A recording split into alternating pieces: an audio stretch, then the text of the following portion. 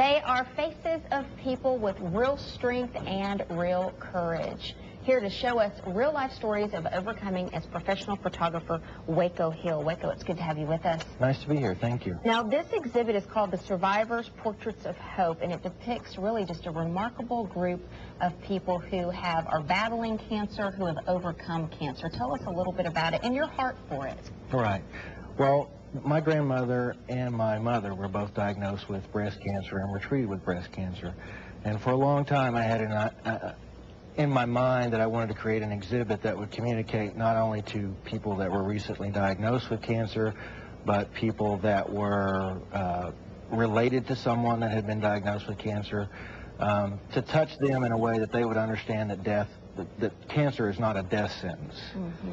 So I gathered together a group of survivors with different stories, and I created a series of portraits that depicted through photography their stories, and I also display it with their words so that they can communicate to the people that... Now, is this something, did you come up with this idea for this? Mm-hmm. Okay, and so do you shoot the majority of these pictures? I photograph all of the images for the exhibit. All of them. Okay, now we can't, you'll have to move your head a little bit, but as I'm listening to you, I just looked behind you and noticed, is that you? That's me and my mom. That's you and your mom. Okay, Mm-hmm. well, when we get in one shot, maybe you can move out of the way a little bit, and then we can see, because that's your Sure. mom, and Which I way do you would want love to to do that. So they'll get it for us here in a second. Okay. But so all of these that we see behind us, those are pictures of people who are survivors That's correct. of cancer. And then you had also sent over several as well, because I wanted to give our viewers just an idea of some of the type pictures that you'll see. You really capture the personalities and the essence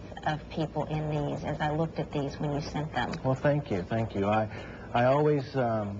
with all of my portraiture, and especially the survivors, I always meet with them prior to so that I can understand them and their story and create a portrait that's meaningful and tells a little bit about who they are and what their experiences were. Yeah, I love this one, too. Oh, it's gorgeous. Yeah. Sharon and her granddaughters. Obviously you shared a little bit yours. I mean, that you have two people in your family that were affected by cancer. When I say two people, it affects the entire family. Right. But what are some of the amazing stories that you heard as you photographed these different people, these different ladies? There are so many different things that I became aware of that maybe I didn't think of, things that we, you wouldn't think of. I mean, you think about when they go through the treatment, the loss of hair, but, it never occurred to me about the loss of eyebrows and how those sorts of things affect your image of yourself. For example, one of my survivors has two twins, and she was 3 months pregnant when she was diagnosed with cancer, which created a really unique treatment environment because she had the twins inside her, so the invasive chemotherapy was a problem for her. Yeah.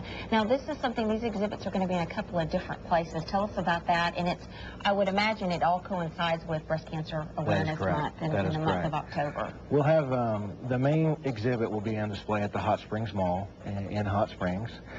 It'll start, we have a grand opening on the 5th, and we'll unveil all the portraits of October at 5:30, and then they will be on display through the end of the month, 29th, in the mall, and they'll also be at the Susan G. Komen in the Pink Luncheon, which is the 26th at noon at the Hot Springs Convention Center. Yeah.